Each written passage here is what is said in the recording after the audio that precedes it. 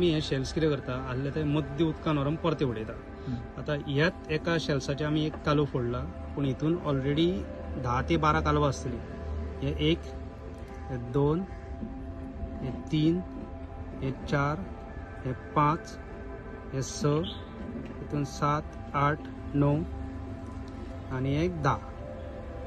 So minimum 10, 8, 7 तरी ही कालवां आसता. Suppose आमी ही कालवां उडयना जाल्यार हेंचें रिप्रोडक्शन जावचें ना.